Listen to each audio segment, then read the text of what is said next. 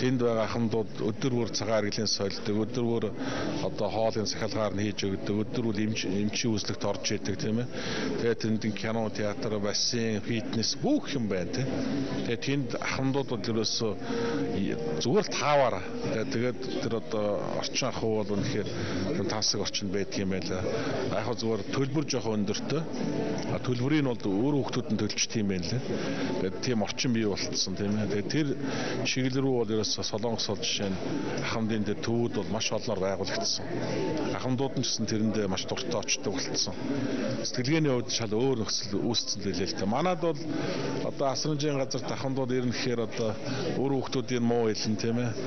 Одоо аав ээжээ асардгүй муу хүүхднэр авна шүү дээ. Тэнд бол тийм орчинд аав ээжээ байлгаж байгаа хүүхдүүд харин илүү сайн нэртэй байт юм байна лээ. Тэгэхээр орчин гэдэг бол үнэхээр одоо маш чухал.